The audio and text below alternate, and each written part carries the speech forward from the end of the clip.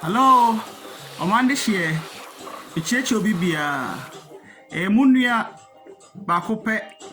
Freeman the storyteller ni ya appear near my Freeman. Send any day they can offer me. Michelle Bibia.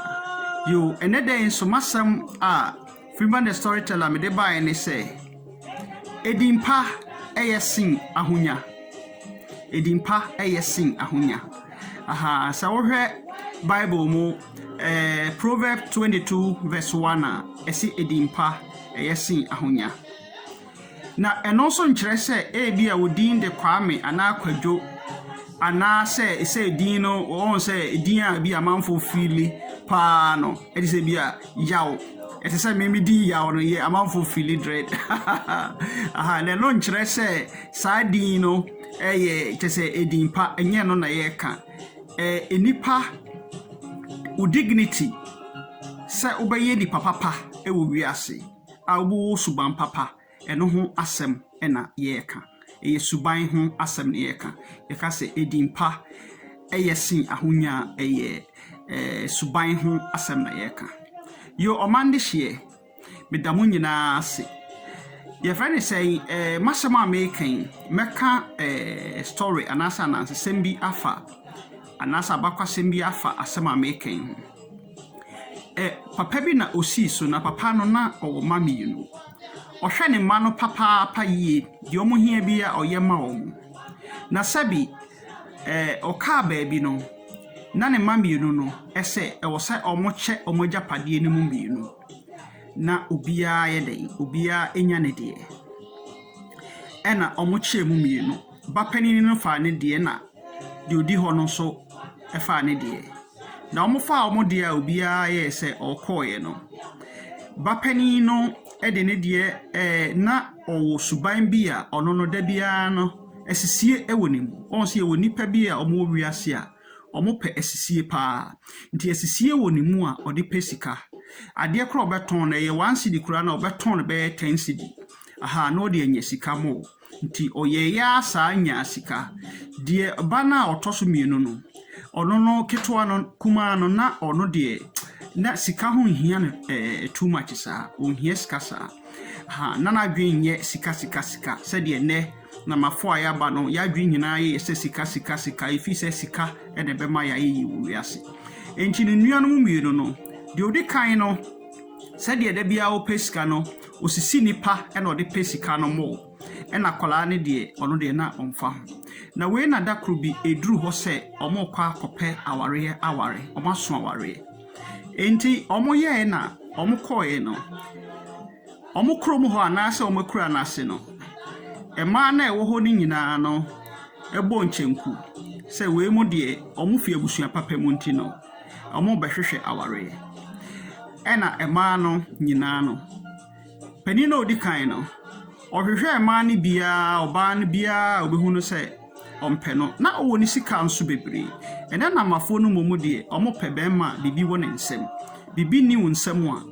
edin se obenya oba enso no ewiase no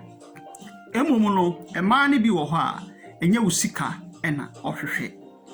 enso no ye wo ma no bi wo ho nso a omo nso no sika ehia omo anase dibio anase bia we wa asumasi wa ko school anase asumasi wa de we wo bibibi sonti ena ode saa do no emanipa no saa mema na nso bi nso yesa obi wo ha obeware oba hu so oba na wa ko school osua de wa yesi oba no ne busuafo ewo bi enti saa de ni nyina wo ewo yabrabo mu enti bema pani na bibi wo ne nsempa na osisi nkofo no ema na wa nya bi ema ni nyina se omo bepa ni nua ketwa no efi se onua ketwa no na oni sika de nanso no na owo dimpa ewukuru nim enti yesi dimpa sin Ahonya enti wo wiase a wo se udin no yebo udin a ye fra udin no ntoma ne yakasa asomasi de na oyesei na mom ne yebebo udin no na yakasa na wo ye yede ade bia bata nyoma bia emfata bata udin no ho de enye nti na yesi edimpa sin Ahonya. Good name is better than riches. Nti onu ada sani wo wiase a wo se uja dimpa na sabi o mba ene ade kora ebi akam omo daachi ebusua bi wo ho a wura ma ebaka se ebusua we die sankofo we die da bi office omo ni dimpa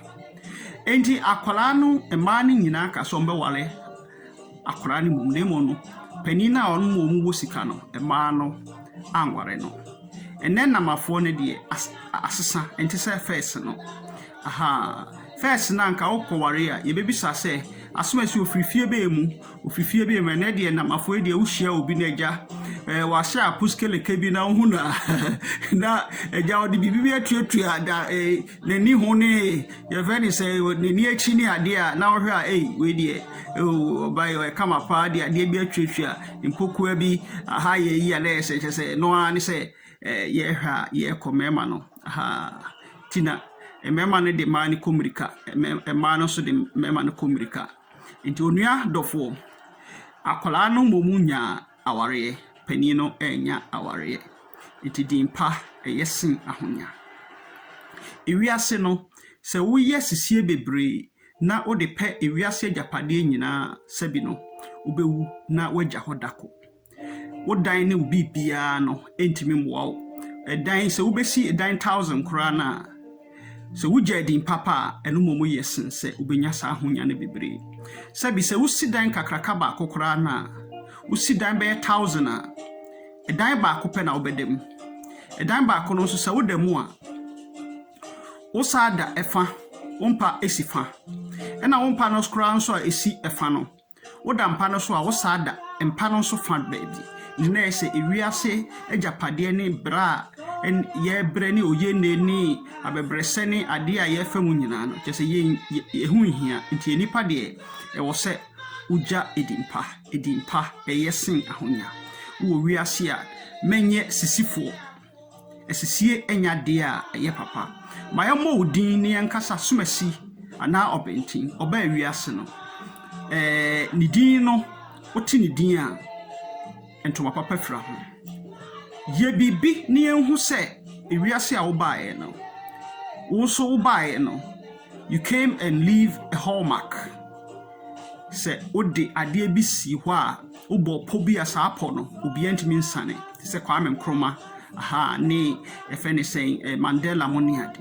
bebi a wo tibia no jadimpa mensisi nipa mensisi unuanom mensisi oyere mensisi unuanom ne obi a oben mensisi wo ma ebi mu mpo mo makro mu sisi wo mo ena mo sisi wo mu nuanom sa ne o mani nyina enya de papa se de me kan no Proverbs 22:1 se edimpa